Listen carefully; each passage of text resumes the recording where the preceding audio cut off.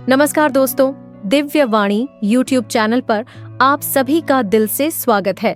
किसी शहर के रेलवे स्टेशन पर एक भिखारी रहता था।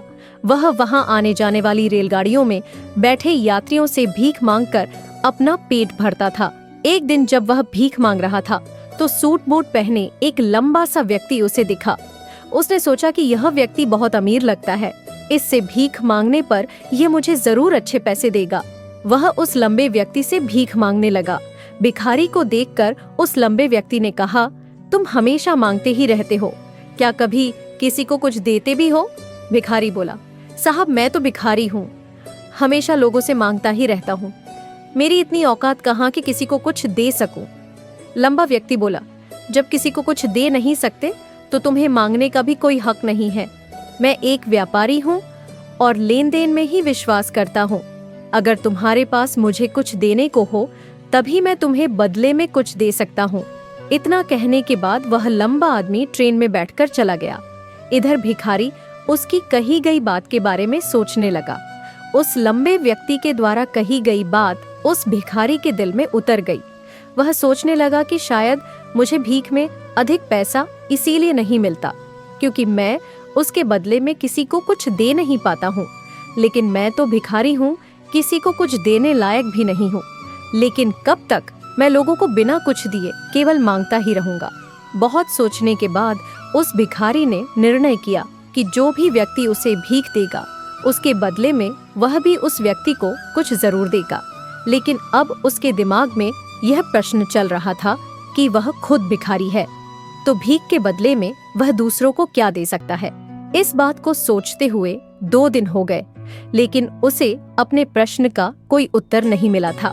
तीसरे दिन जब वह स्टेशन के पास बैठा हुआ था तभी उसकी नजर कुछ फूलों पर पड़ी जो स्टेशन के आसपास के पौधों पर खिल रहे थे।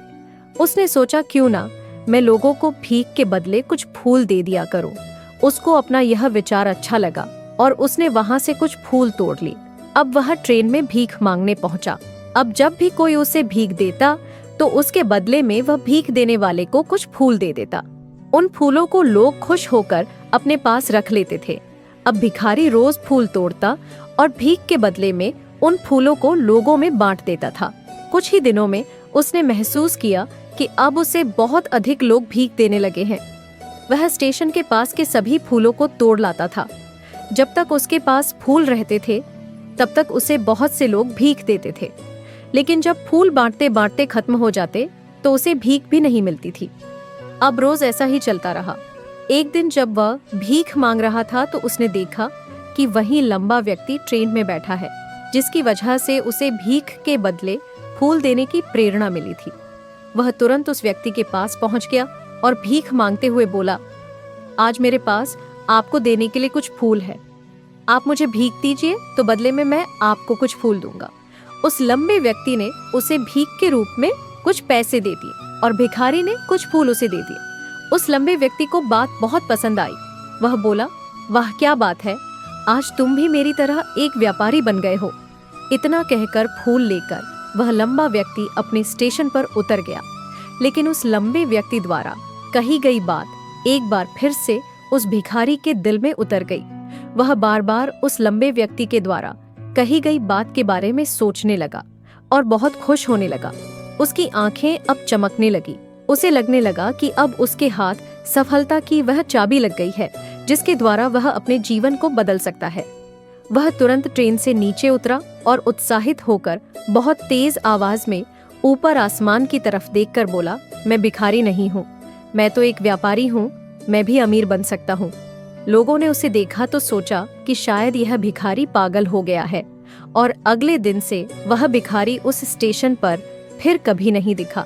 लेकिन 6 महीने बाद इसी स्टेशन पर 2 व्यक्ति सूट बूट पहने हुए यात्रा कर रहे थे। दोनों ने एक दूसरे को देखा तो उनमें से एक ने दूसरे से हाथ मिलाया और कहा, क्या आपने मुझे पहचाना? दूसरा व्यक्ति बोला, नहीं, क्योंकि मेरे हिसाब से हम लोग पहली बार मिल रहे हैं। पहला व्यक्ति बोला, नहीं, आप याद कीजिए, हम पहली बार नहीं बल्कि तीसरी बार मिल रहे हैं। दूसरा व्यक्ति बोला, मुझे याद नहीं, वैसे हम पहले 2 बार कब मिले थे? अब पहला व्यक्ति मुस्कुराया और बोला, हम पहले भी 2 बार इसी ट्रेन में मिले थे। मैं वही भिखारी हूँ जिसको आपने पहली मुलाकात में बताया कि मुझे जीवन में क्या करना चाहिए और दूसरी मुलाकात में बताया कि मैं वास्तव में कौन हूँ। दूसरा व्यक्ति मुस्कुराया और अचंभित होते हुए बोला, ओ याद आया, तुम वही भिखारी हो जिसे मैंने एक बार भीख देने से मना कर दिया था और दूसरी बार मैंने तुमसे कुछ फूल खरीदे थे, लेकिन आज तुम ये सूट बूट में कहाँ जा रहे हो और आजकल क्या कर रहे हो? तब पहला व्यक्ति बोला, हाँ मैं वही भिखारी हूँ, लेकिन आज मैं फूलों का एक बहुत बड़ा व्यापारी हूँ और इसी व्यापार के काम से ही दूसरे शहर जा रहा हूँ। कुछ देर रुकने के बाद वह फिर बोला, आपने मुझे पहली मुलाकात में प्रकृति का वह नियम बताया था जिसके अनुसार हमें तभी कुछ मिलता है जब हम कुछ देते हैं। लेन देन का यह नियम वास्तव में काम करता है। मैंने यह बहुत अच्छी तरह महसूस किया है, लेकिन मैं खुद को हमेशा भिखारी ही समझता रहा। इससे ऊपर उठकर मैंने कभी सोचा ही नहीं। और जब आपसे मेरी दूसरी मुलाकात हुई तब आपने मुझे बताया कि मैं एक व्यापारी बन चुका हूँ। अब मैं समझ चुका था कि मैं वास्तव में एक भिखारी नहीं बल्कि व्यापारी बन चुका हूँ। मैंने समझ लिया था कि लोग मुझे इतनी भीख क्यों दे रहे हैं, क्योंकि वह मुझे भीख नहीं दे रहे थे बल्कि उन फूलों का मूल्य चुका रहे थे। सभी लोग मेरे फूल खरीद रहे थे क्योंकि इससे सस्ते फूल उन्हें कहाँ मिलते। मैं लोगों की नजरों में एक छोटा व्यापारी था, लेकिन मैं अपनी नजरों में एक भिखारी ही था। आपके बताने पर मुझे समझ आ गया कि मैं एक छोटा व्यापारी हूँ। मैंने ट्रेन में फूल बांटने से जो पैसे इकट्ठे किए थे उनसे बहुत से फूल खरीदे और फूलों का व्यापारी बन गया। यहाँ के लोगों को फूल बहुत पसंद है और उनकी इसी पसंद ने मुझे आज फूलों का बहुत बड़ा व्यापारी बना दिया। दोनों व्यापारी अब खुश थे और स्टेशन आने पर साथ उतरे और अपने अपने व्यापार की बात करते हुए आगे बढ़ गए। दोस्तों, इस कहानी से हमें बहुत कुछ सीखने को मिलता है। कहानी में लंबा व्यापारी गिव एंड टेक के नियम को बहुत अच्छी तरह जानता था।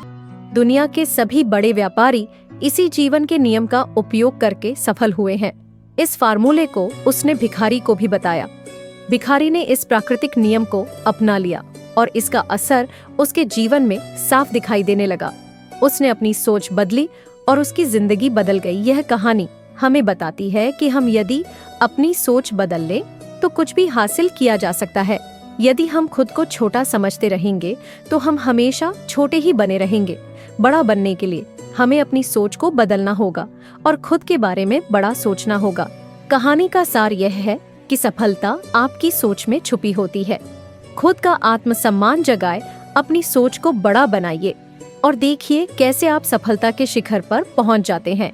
तो दोस्तों, उम्मीद है आज की वीडियो पसंद आई होगी, तो वीडियो को लाइक करें और शेयर करें। हमारे चैनल दिव्य वाणी को सब्सक्राइब करें। अगले वीडियो में फिर मिलेंगे। जय श्री राधे कृष्ण।